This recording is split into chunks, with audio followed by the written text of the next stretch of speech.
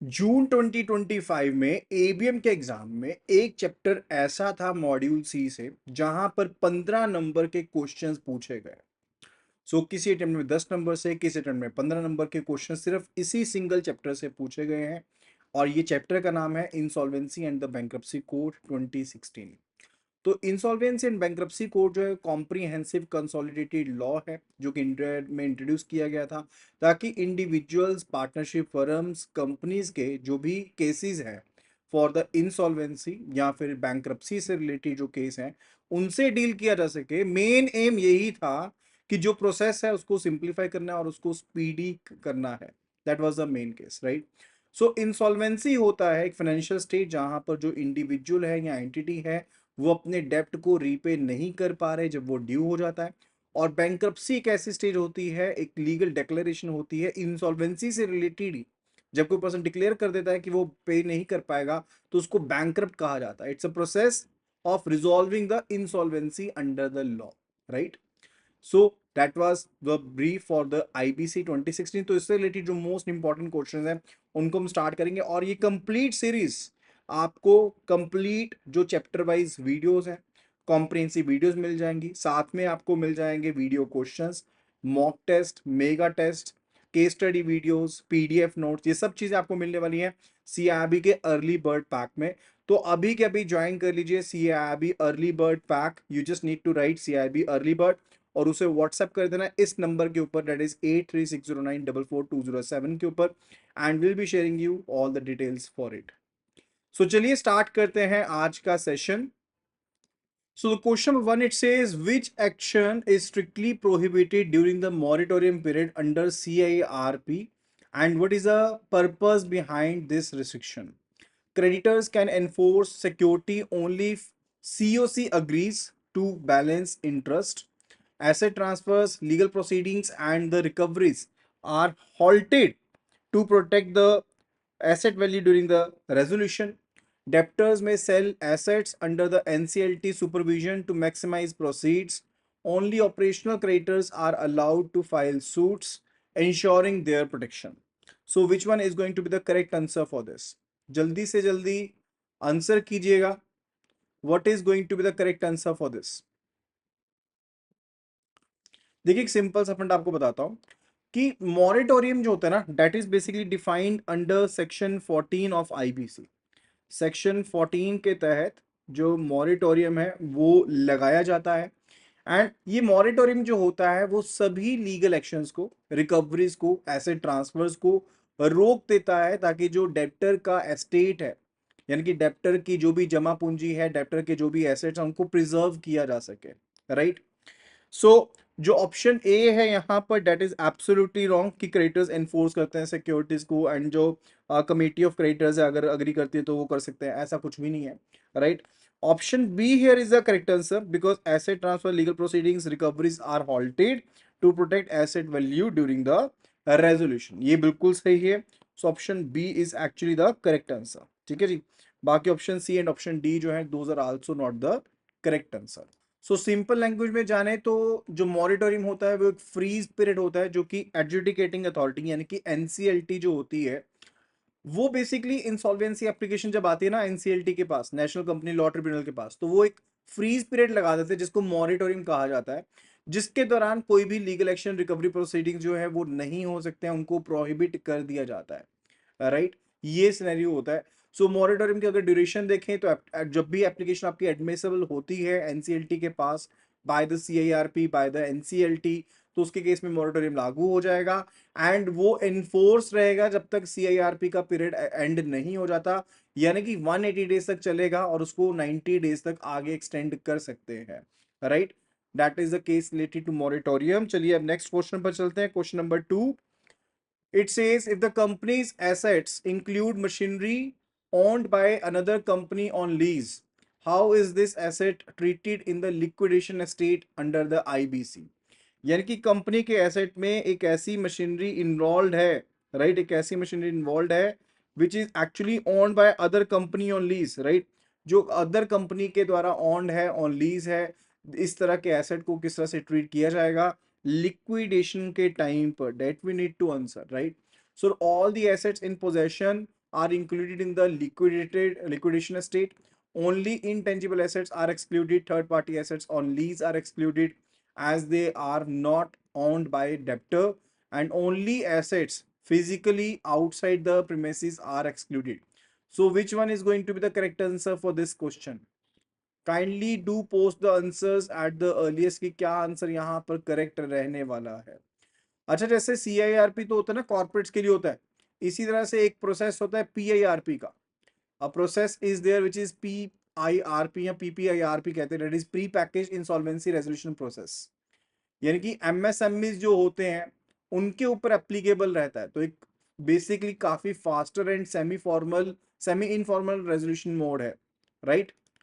तो यहां पर जो आंसर रहेगा that is actually the option C, कि जो थर्ड पार्टी एसेट्स हैं जो लीज के ऊपर है उनको एक्सक्लूड किया जाता है because they are not actually owned by the debtor. Debtor की ऑनरशिप नहीं है ना वहां पे, तो उनको डिसऑन कर दिया जाता है, उसको इस केस में इंक्लूड नहीं किया जाता. They are not included in this scenario, right. Next question, question number 3.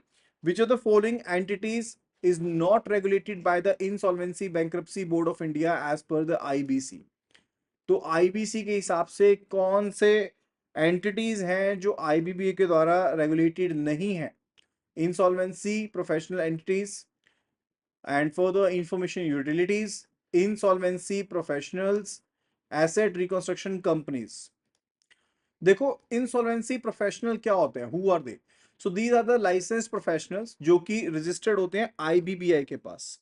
So these are actually registered with IBBI.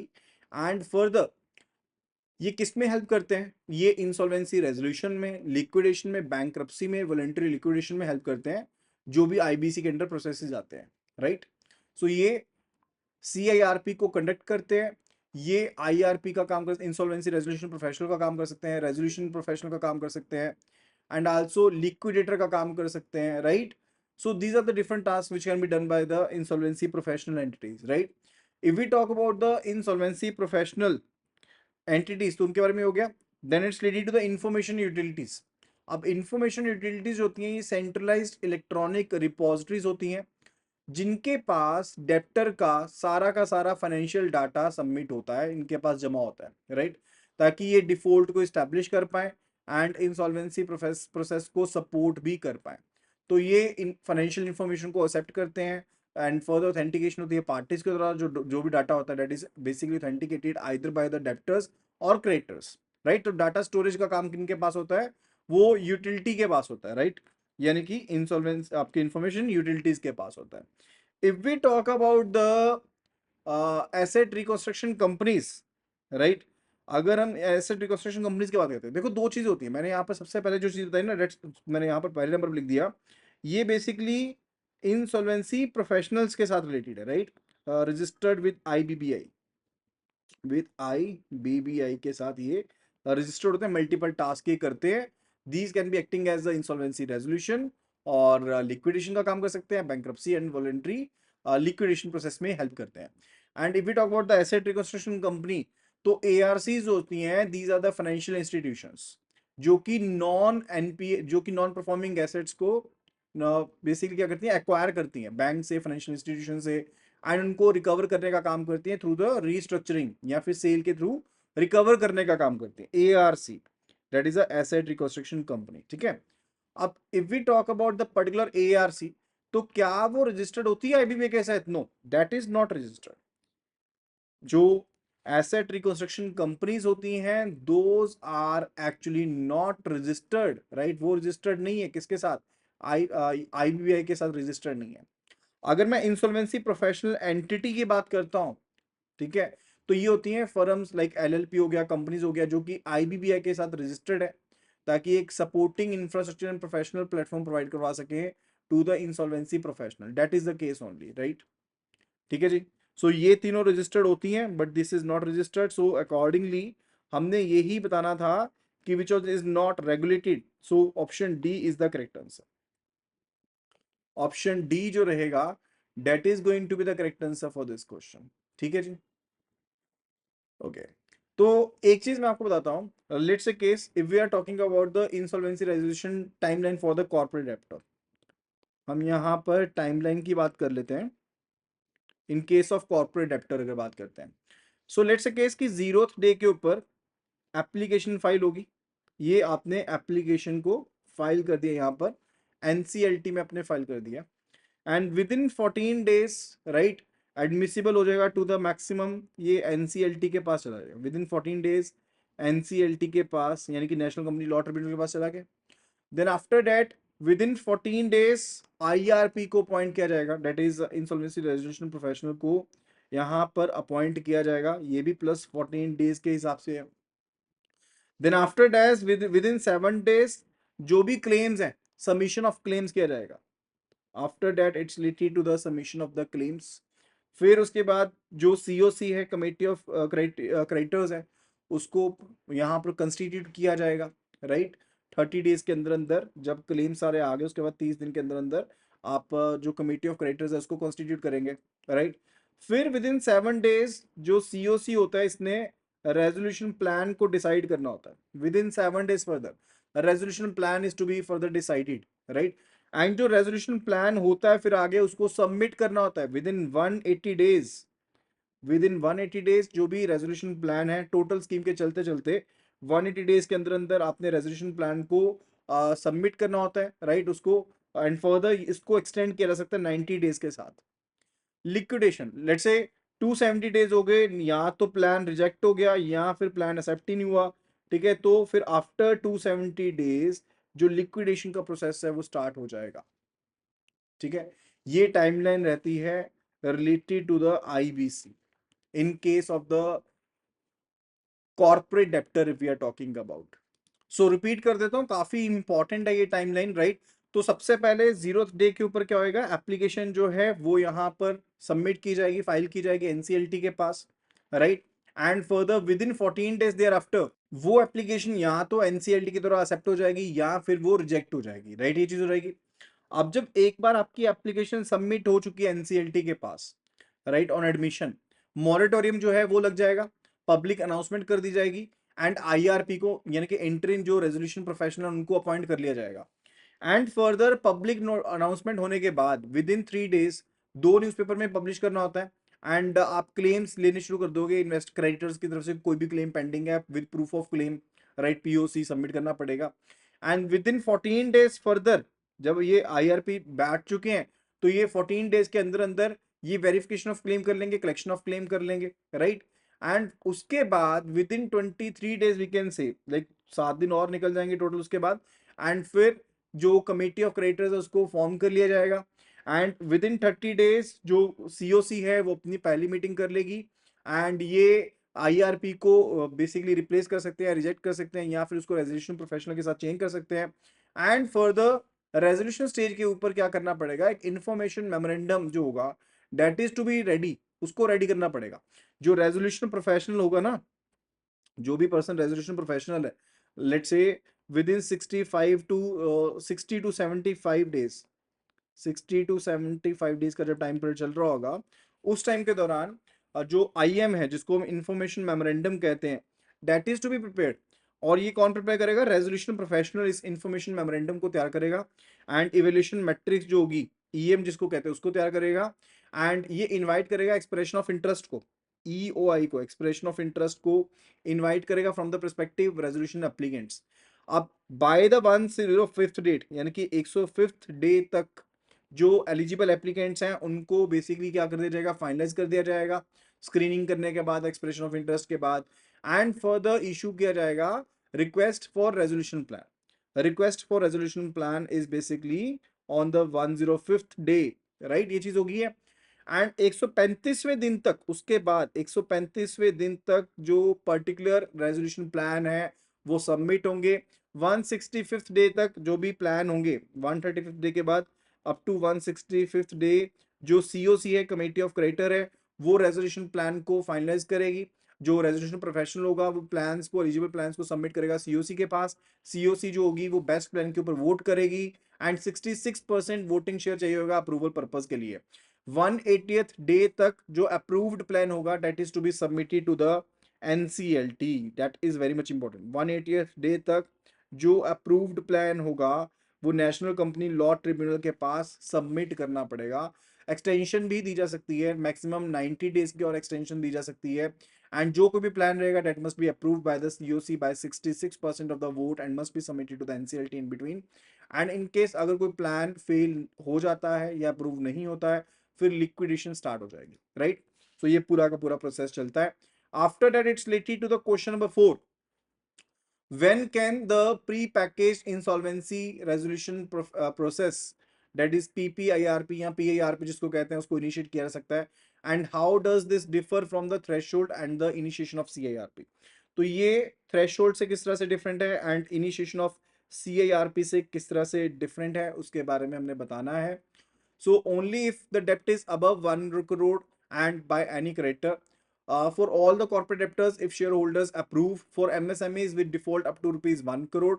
Initiation only by the debtors with prior approval. By operational creditors for any default above rupees 10 lakh. So which one is going to be the correct answer for the question number 4?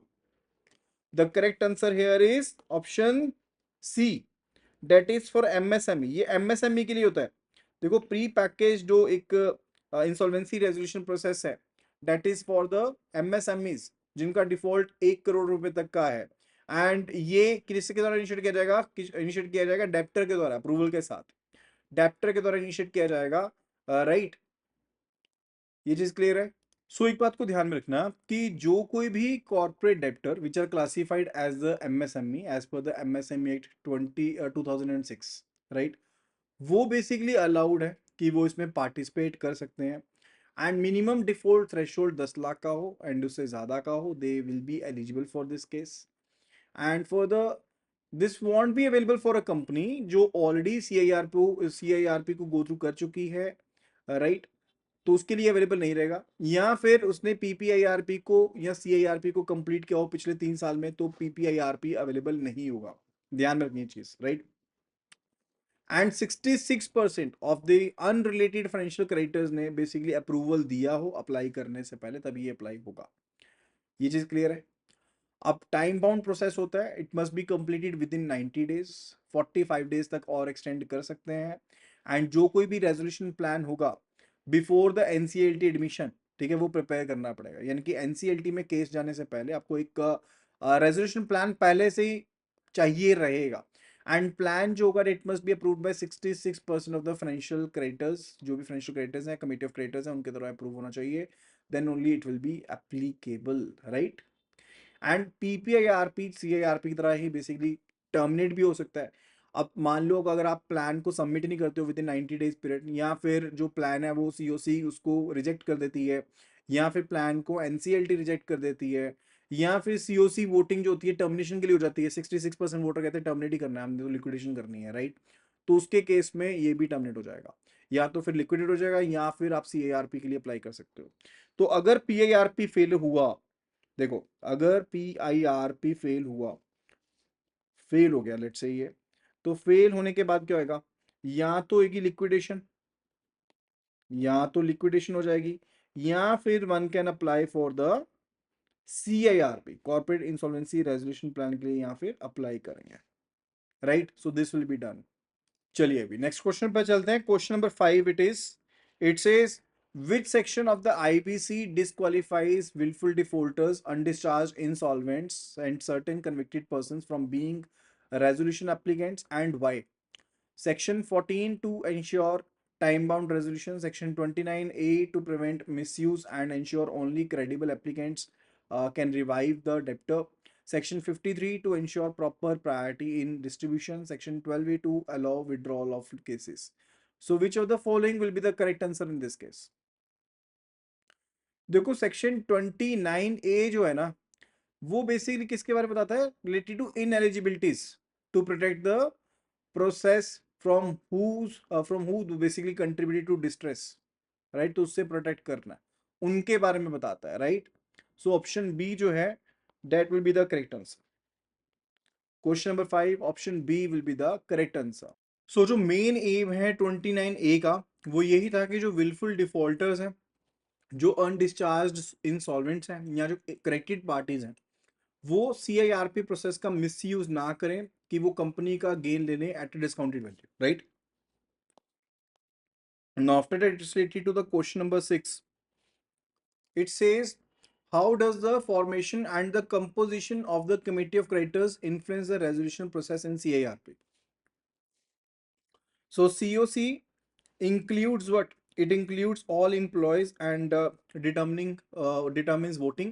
COC is formed by operational creditors. Only unrelated financial creditors are included, giving them the exclusive right to approve or reject resolution plans. COC is advisory and cannot approve plans. So which one is going to be the correct answer for the question number 6? Kindly do answer at the earliest. देखो पहली बात मैं आपको ये बताता हूँ कि सिर्फ और सिर्फ जो अनरिलेटेड क्रेडिटर्स होते हैं उनको शामिल किया जाता है। तो ऑप्शन सी जो है that seems to be right कि जो अनरिलेटेड फाइनेंशियल क्रेडिटर्स हैं दोज आर इंक्लूडेड, जिससे उनको एक एक्सक्लूसिव राइट मिल जाता है टू अप्रूव और reject the resolution plan. And कितने परसेंट वोटिंग चाहिए होती है? मिनिमम 66% वोटिंग रिक्वायर्ड रहती है अगर रेजोल्यूशन प्लान को इन्होंने हाँ करना है। इवन अगर टर्मिनेशन भी करना है तो भी 66% वोटिंग जो है वो रिक्वायर्ड रहती है, राइट? तो कमेटी ऑफ क्रेडिटर जो होती है ना, एक्चुअल में this is the most powerful body जो कि सीआईआरपी के दौरान बनाई जाती है।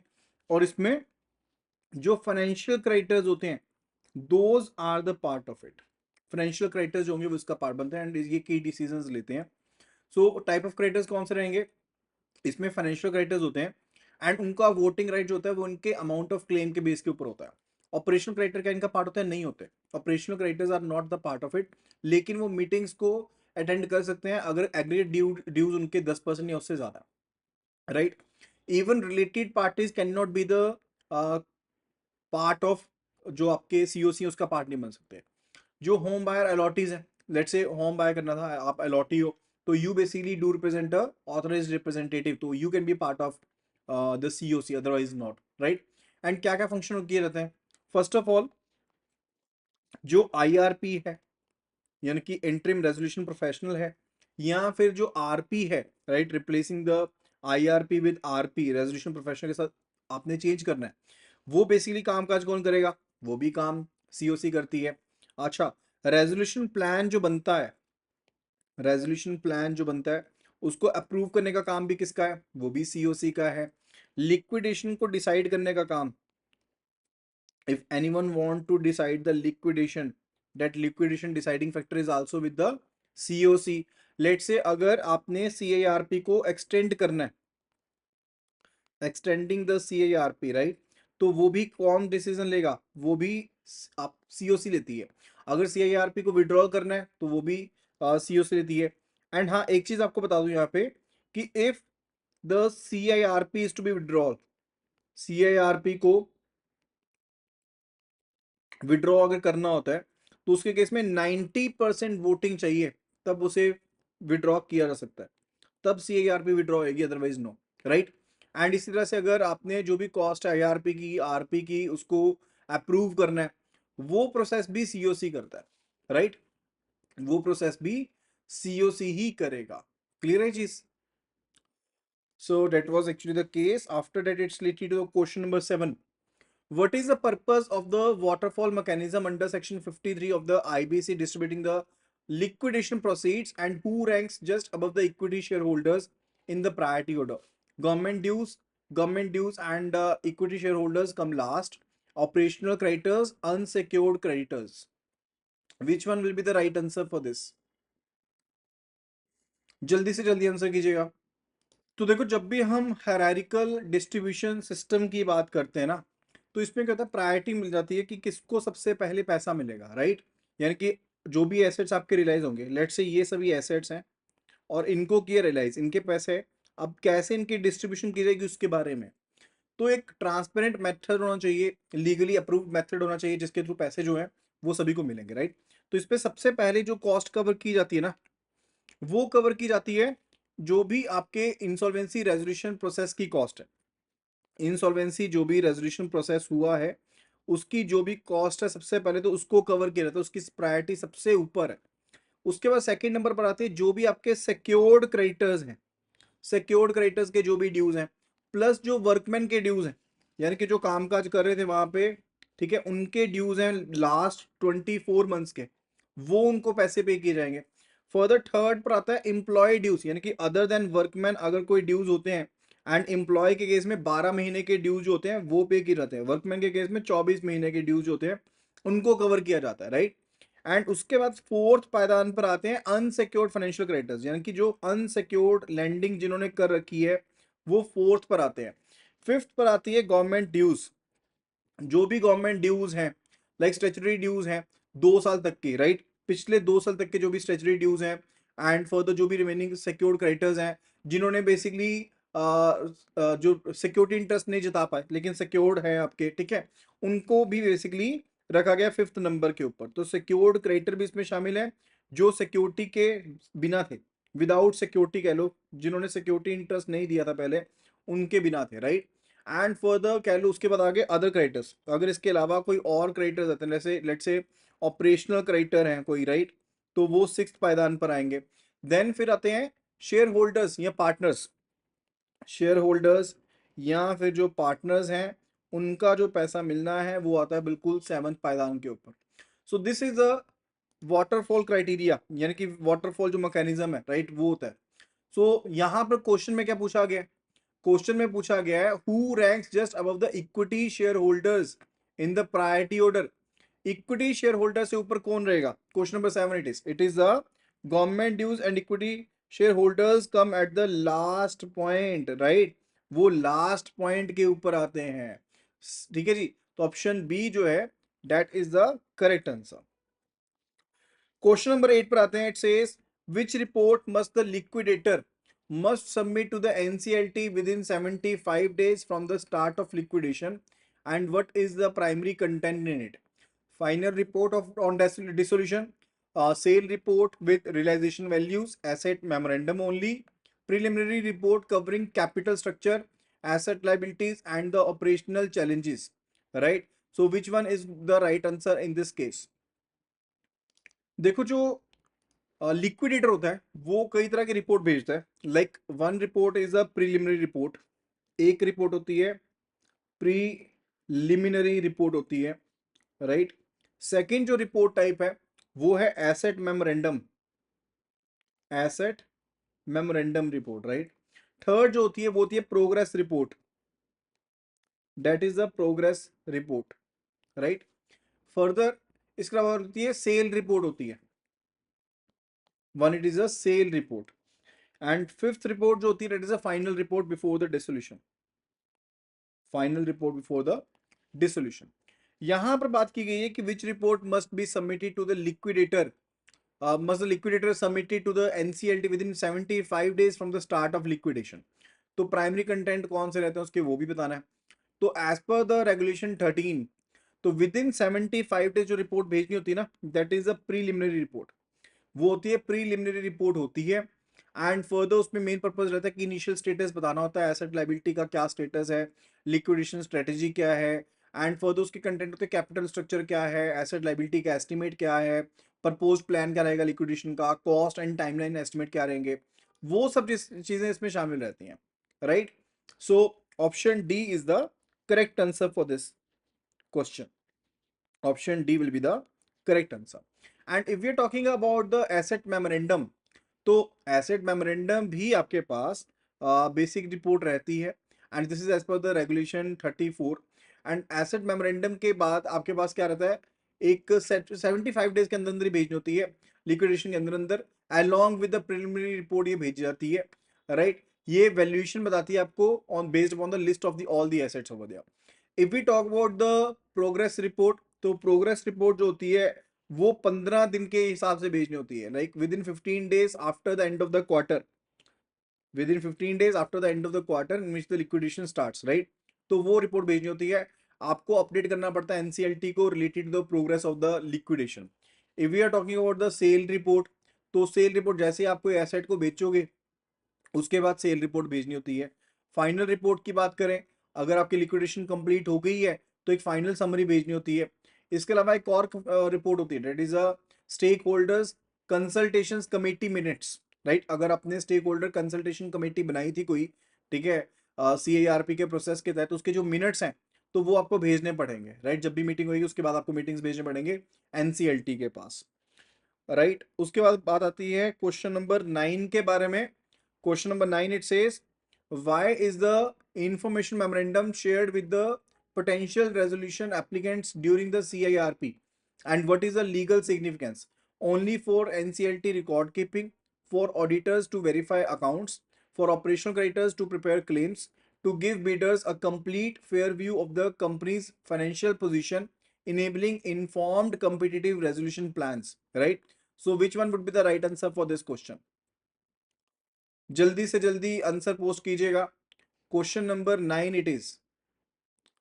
देखो बीडर्स को ना एक कंप्लीट इंफॉर्मेशन देनी होती है, राइट। उसके लिए क्या किया जाता है कि कंपनी का एक फेयर व्यू मिल जाए फाइनेंशियल पोजीशन का एंड इन्फॉर्म्ड डिसीजन ले पाए पर्सन, उसके लिए इंफॉर्मेशन मेमोरेंडम जो होता है वो शेयर किया जाता है। सो अकॉर्डिंगली ऑप्शन डी जो है that is the correct answer here. Option D is the correct answer for the question number 9। So information memorandum in general अगर बात करें ना तो एक ये क्रिटिकल डॉक्यूमेंट है जो कि प्रिपेयर किया जाता है रेजोल्यूशन प्रोफेशनल के द्वारा सीआईआरपी के अंडर, राइट। इसमें ना एक डिटेल्ड डाटा होता है related to financial operation and legal position of the corporate debtor, ताकि जो पोटेंशियल रेजोल्यूशन एप्लीकेंट्स हैं, राइट, वो जो भी बिजनेस एंड पर्टिकुलर रिस्क हैं उनको समझ पाए एंड उसके हिसाब से जो रेजोल्यूशन प्लान हैं उनको सबमिट कर पाए, राइट। ये मेजर चीज रहती है, मेन पर्पस रहता है ताकि ट्रांसपेरेंसी बनी रहे। फर्दर जो भी पोटेंशियल रेजोल्यूशन एप्लीकेंट्स हैं वो वायबिलिटी चेक कर पाए, राइट। एंड फर्दर जो इन्फॉर्मेशन मेमोरेंडम है वो प्राइमरी सोर्स होता है related to preparation of the resolution plan, primary source वही रहेगा, ठीक है जी। चलिए अभी उसके बाद बात आती है क्वेश्चन नंबर 10 के बारे में।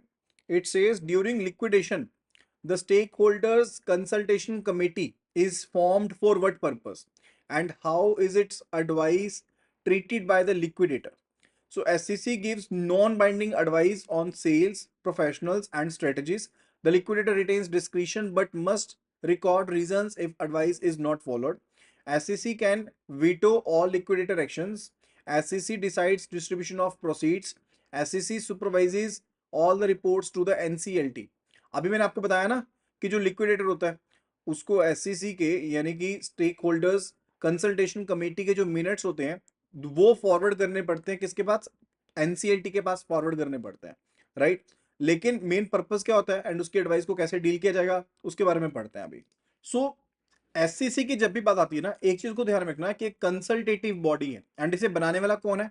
बनाने वाला भी लिक्विडेटर ही होता है, यानी कि लिक्विडेशन के प्रोसेस के दौरान जब कॉर्पोरेट डेब्टर का लिक्विडेशन का प्रोसेस चलता है उसके दौरान लिक्विडेटर जो है वो एक स्टेक होल्डर कंसल्टेशन कमेटी बनाना चाहे तो बना सकता है, राइट।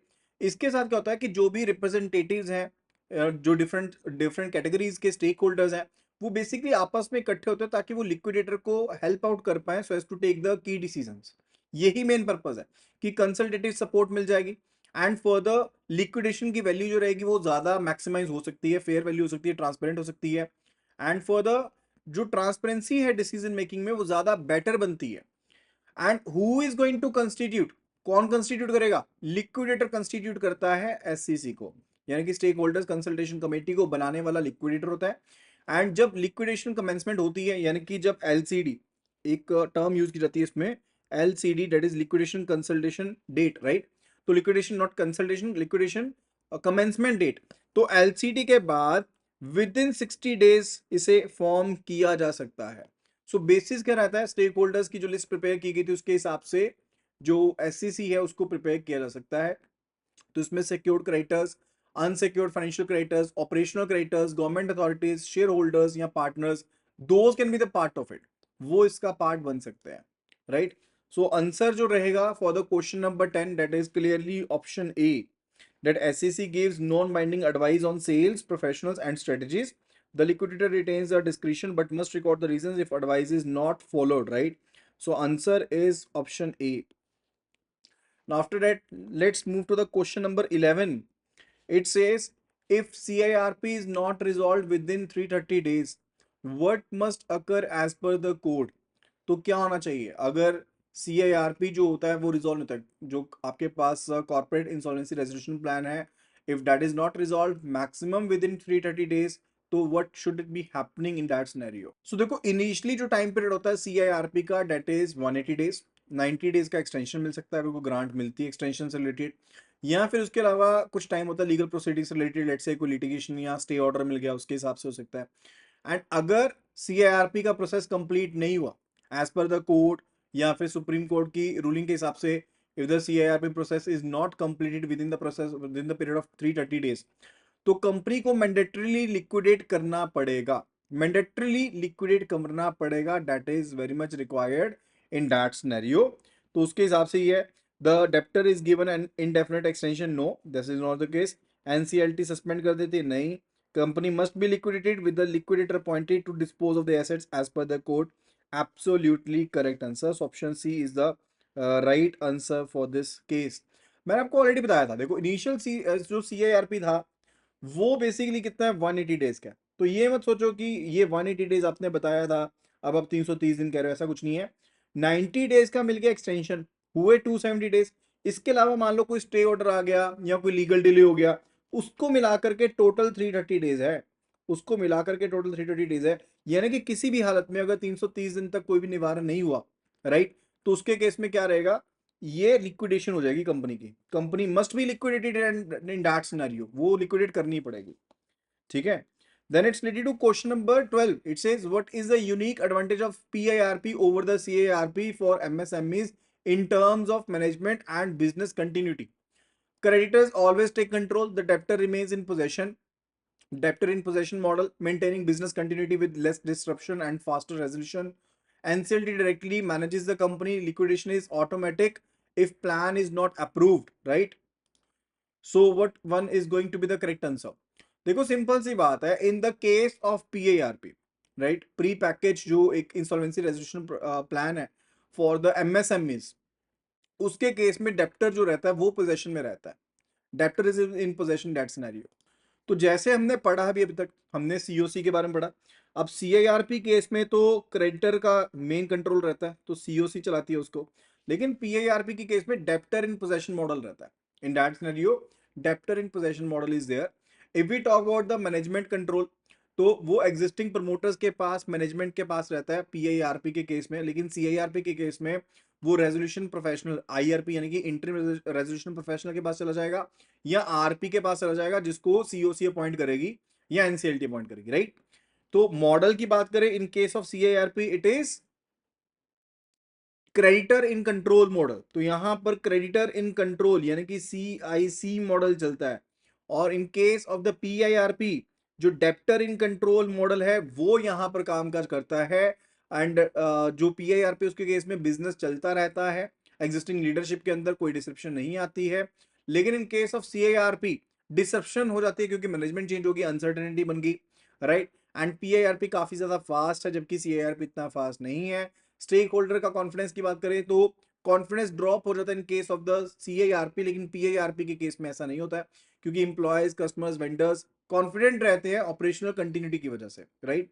सो आंसर यहां पर क्या रहने वाला है, the debtor remains in possession. तो debtor remains in possession, debtor in possession model का इस्तेमाल होता है in case of the PIRP. So option B is the correct answer. Clear है चीज? ऑप्शन बी जो है that is the correct answer for this. Now let's move further. Question number 13. What role do the information utilities play in insolvency resolution process under the IBC? तो information utilities होती क्या है, सबसे पहले उसी के बारे में पढ़ते हैं। सो इंफॉर्मेशन यूटिलिटी जैसे हमने पहले भी बात करी थी, ये एक सेंट्रलाइज्ड इलेक्ट्रॉनिक रिपोजिटरी होती है जो कि फाइनेंशियल इंफॉर्मेशन निकालेगी डेप्टर से रिलेटेड, उसको कलेक्ट करने का काम, उसको ऑथेंटिकेट करने का काम, उसको स्टोर करने का काम होता है। So it's basically do play a very critical role related to the validity of the डेप्ट, यानी कि वैलिडिटी ऑफ द डेप्ट, डिफॉल्ट हुआ डेप्ट का, उसके दौरान ये काफी ज्यादा हेल्पफुल करती है, राइट। सो फाइनेंशियल इंफॉर्मेशन को एक्सेप्ट करने का काम, इंफॉर्मेशन को ऑथेंटिकेट करने का काम, उसको स्टोर करने का काम, रिकॉर्ड करने का काम, राइट, इंफॉर्मेशन प्रोवाइड करनी है, डिफॉल्ट इंटीमेशन देनी है, that is the case. And जो डाटा का एक्सेस होगा आईयू का, इंफॉर्मेशन यूटिलिटी का, वो रिस्ट्रिक्टेड रहता है एंड रोल बेस्ड रहता है। सिर्फ जो फाइनेंशियल क्रेडिटर्स हैं, ऑपरेशनल क्रेडिटर्स हैं, कॉर्पोरेट डेप्टर है ऑथेंटिकेशन के लिए, उनके पास भी रहेगा।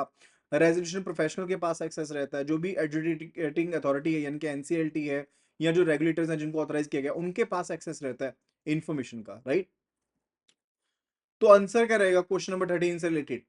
Answer is option D, that they do store, verify, authenticate the financial data, facilitating faster and more reliable resolution. So option D is the correct answer for question number 13. Now after that it's related to question number 14.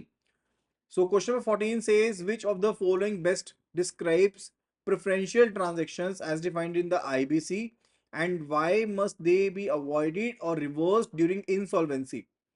Transfer of assets to increase company's book value, transfer of assets to government before insolvency, equal treatment to all creditors, providing undue benefit to certain creditors before insolvency which reduces estate value for others and is therefore reversible. So what do you mean by the preferential transaction? देखो कोई भी ऐसी transaction जिसकी वजह से जो corporate debtor है वो अपनी किसी प्रॉपर्टी को या फिर किसी इंटरेस्ट को ट्रांसफर कर देता है किसी क्रेडिटर को बेनिफिट देने के लिए, गारंटर को बेनिफिट देने के लिए, श्योरिटी को बेनिफिट देने के लिए, राइट। या फिर let's say for a particular past liability किसी के लिए रिलेटेड ट्रांजेक्शन करी गई है, या फिर जिसकी वजह से जो क्रेडिटर है वो ज्यादा फेवरेबल पोजीशन में आ जाता है इन केस अगर लिक्विडेशन होगी तो उन सभी ट्रांजैक्शंस को क्या कहा जाता है? Those all transactions are said to be the preferential transactions, right. Let's say CIRP लागू होने वाला था उससे पहले ट्रांजैक्शन कर दी, राइट। ट्रांजैक्शन की गई श्योरिटी को लेकर के, गारंटर को लेकर के, राइट। तो ऐसी जो ट्रांजैक्शंस होती है that's basically related to the what, that's related to the preferential transaction. अगर बेनिफिट की बात करें तो एक लुक बैक पीरियड होता है, यानी कि जितने टाइम पीरियड में ट्रांजैक्शंस को रिव्यू किया जा सकता है। And in that scenario if it is related to a related party, अगर कोई रिलेटेड पार्टी थी, राइट, उसके केस में जो लुक बैक पीरियड है ना दैट इज ऑफ 2 years। ये लुक बैक पीरियड जो है 2 साल का है कि इतने टाइम में ट्रांजेक्शन्स को रिव्यू किया जा सकता है। And if we are talking about the unrelated party, तो अनरिलेटेड पार्टी के केस में जो लुक बैक पीरियड है दैट इज ऑफ 1 year, 1 साल का पीरियड है कि ट्रांजेक्शन को रिव्यू किया जा सकता है बिफोर द इंसॉल्वेंसी कमेंसमेंट की बात कर रहा हूं मैं, right. So that is the case related to it. And ऐसी ट्रांजेक्शन्स की रिपोर्टिंग के लिए कौन अप्लाई कर सकता है? रेजोल्यूशन प्रोफेशनल कर सकता है एंड लिक्विडेशन के दौरान लिक्विडेटर भी अप्लाई कर सकता है कि रिव्यू करो ऐसी ट्रांजेक्शन को, रिपोर्ट कर दिया ऐसी ट्रांजेक्शन को, ठीक है जी। तो कंसीक्वेंसेस क्या होंगे कि ऐसी ट्रांजेक्शन को वॉइड कर दिया जाएगा एंड जो भी बेनिफिट मिला था उसको रिवर्स कर दिया जाएगा एंड पोजीशन को रीस्टोर कर दिया जाएगा। एग्जांपल के तौर पर समझिएगा, लेट्स से कंपनी ने क्या किया, एक लोन जो था, ठीक है, वो रीपे कर दिया प्रमोटर को just 2 months before filing the insolvency, जबकि जो बाकी क्रेडिटर्स थे वो अनपेड थे। तो ये तो प्रेफरेंशियल ट्रांजैक्शन होगी ना, क्योंकि रिलेटेड पार्टी को बेनिफिट मिल गया। तो आपने किसी ओल्ड डेप्ट को सेटिस्फाई कर दिया तो अनफेयरली बेसिकली आपने पार्टी की पोजीशन को तो बेटर कर दिया ना दूसरे क्रेडिटर्स के मामले में। बाकी क्रेडिटर्स को क्यों नहीं पे किया, सिर्फ रिलेटेड पार्टी को क्यों पे किया? तो वो होता है इस तरह से, right. So that is the scenario. So answer क्या रहेगा यहाँ पर for this question? It is option D, that is providing undue benefit to certain creditors before insolvency which reduces the estate of others and is basically reversible। तो answer जो रहेगा वो option D रहेगा and this is very much important point, इस related question already exam में आ चुका है। चलिए अभी चलते हैं toward the last question of the video. It says how soon after appointment must the liquidator invite proof of claims from stakeholders in liquidation and why is this timeline significant?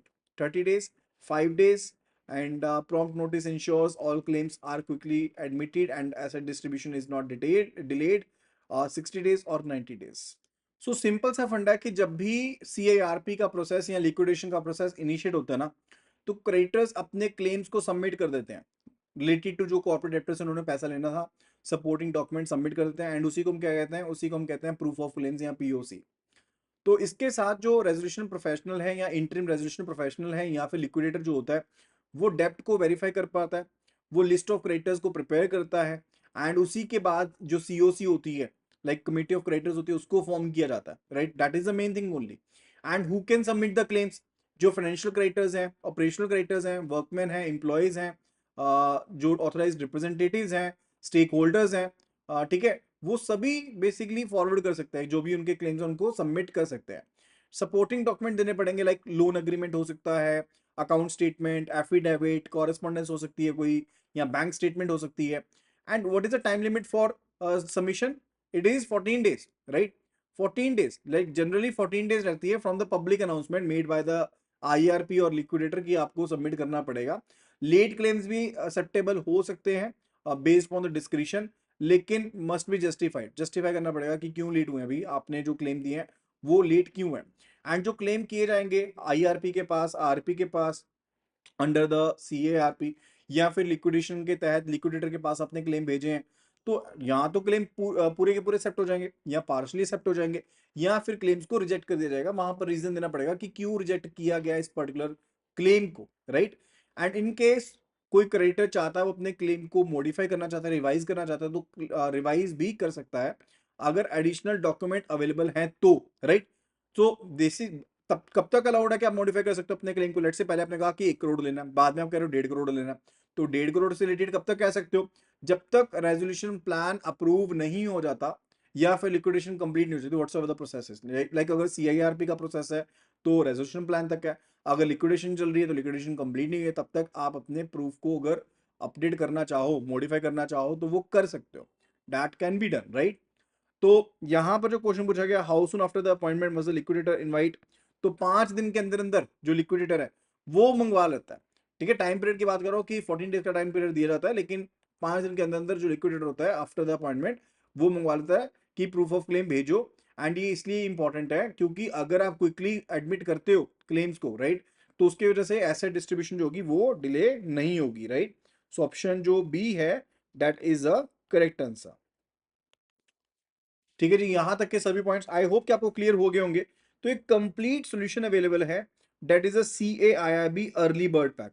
अब ये CAIIB early bird pack है ना, जो ये complete solution है for the CAIIB 2025 November December attempt. तो इसमें आपको सभी पेपर्स के जो 4 कंपल्सरी पेपर्स हैं प्लस 5 जो इलेक्टिव सब्जेक्ट्स हैं, सभी के आपको फुल कोर्स वीडियोस मिलने वाली है, case study videos, and further साथ में जो चैप्टर वाइज क्वेश्चंस है, मॉक टेस्ट है, मेकर टेस्ट है, पीडीएफ नोट्स हैं, सब मिलने वाले हैं। एंड साथ ही साथ ना आपको यहाँ पर मिलने वाले हैं कंपल्सरी सब्जेक्ट्स के वीडियो क्वेश्चंस भी, और साथ में हम डाउट सेशंस भी कवर करेंगे।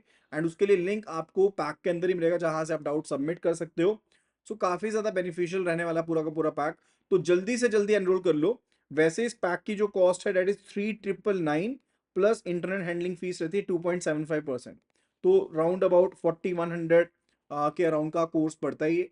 लेकिन अभी के लिए अगर आप एनरोल करते हो तो आपको पूरा का पूरा कोर्स मिल जाएगा 3800 का, up to the validity of the exams, right? नवंबर दिसंबर तक के एग्जाम आपके कवर हो जाएंगे, तो 3800 मिल जाएगा। इसके लिए आपको लिखना है CIB अर्ली बर्ड और साथ में लिखना है 3800, और उसे लिख करके व्हाट्सअप कर देना है to the number 8360944207, and we will be updating you the same, right? So that will be all, thank you so much, और मिलते हैं अगली वीडियो में। Happy learning.